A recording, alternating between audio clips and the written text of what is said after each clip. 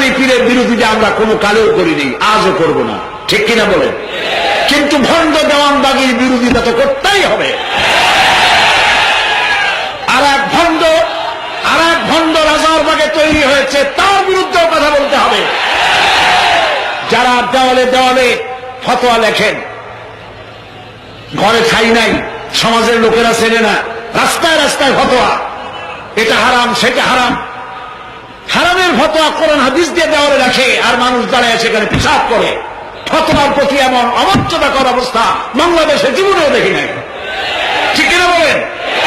এই লোক নিজের বংশ পরিচয় গোপন করে নিজের নামের আগে সাইয়েদ শব্দ বসায়ছে, আর রাসূল বলেছেন যে ব্যক্তি তার বংশ পরিচয় গোপন করে তার উপরে আল্লাহ লানত, সে মালাউন, কিয়ামতে জাহান্নামে যাবে। নিজের মুরিদ বানাতে গিয়ে সেই মুরিদের মাথায় টুপি, টুপির উপরে পাগড়ি, পাগড়ির উপর রুমাল দিয়ে পেঁচাইয়া একটা মুরিদের আলাদা সেকশন চালু করেছে। হাদিস শরীফে এ ধরনের আলাদা কোন পোশাক তৈরি করে ইসলামের জন্য নিষেধ। প্রিয় ভাই সব, কোরআনের মাহফিল থেকে ঈমানকে মজবুত করে নিতে হবে।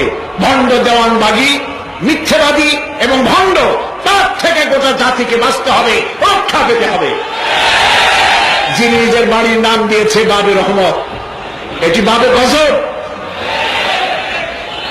কত বড় বাজে কথা! নিজের নামে লেখে মোহাম্মদ ইসলামের পুনর্জীবন দানকারী।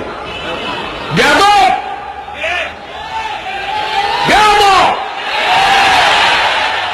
ইসলামের পুনর্জন্ম দিতে তুমি কে? কোন মাদ্রাসায় পড়াশোনা করেছো? প্রিয় ভাই সব, আল্লাহর কোন মুহাম্মদ সাল্লাল্লাহু আলাইহি ওয়াসাল্লামের ইসলাম নাই। মুহাম্মদ ইসলাম বলে কোন ইসলাম দুনিয়ায় নাই। ইসলাম আল্লাহ, ইসলাম কার? আর মুহাম্মদ সাল্লাল্লাহু আলাইহি ওয়াসাল্লাম হচ্ছেন এর প্রচারক। তিনি মুহাম্মদ ইসলামের পুনর্জন্ম দিয়েছেন কেমনে?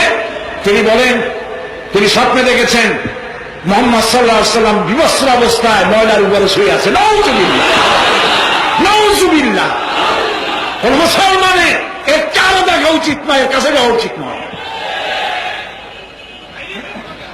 প্রিয় ভাই সব, আল্লাহ তাআলা সব ভণ্ডের হাত থেকে মুসলমানদের ঈমান হেফাজত করুন। বলি আমিন, বলি আমিন।